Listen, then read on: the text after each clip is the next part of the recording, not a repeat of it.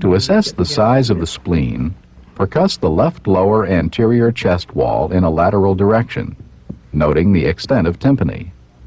If tympany is prominent laterally, spleen enlargement is unlikely. Next, check for a splenic percussion sign. Find the lowest interspace in the left anterior axillary line and percuss there. If tympany is heard, ask the patient to take a deep breath. All right, now let it out. As you continue to percuss in the same place.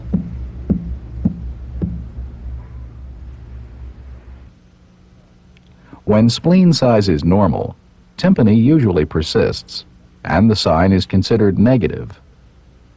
An enlarged spleen is then very unlikely.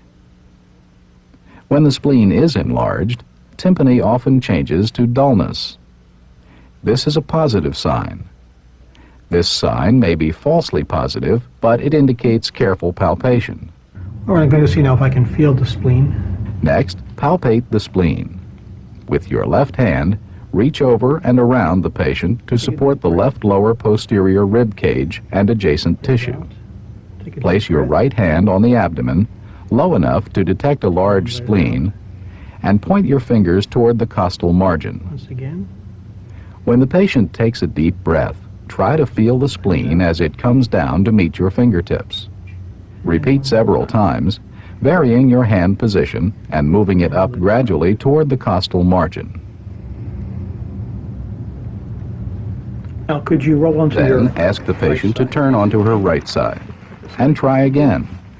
The spleen is not usually palpable. Drape where we need it. If you feel it, measure its distance in centimeters from the costal margin during inspiration. Take a deep breath. Out. Once again.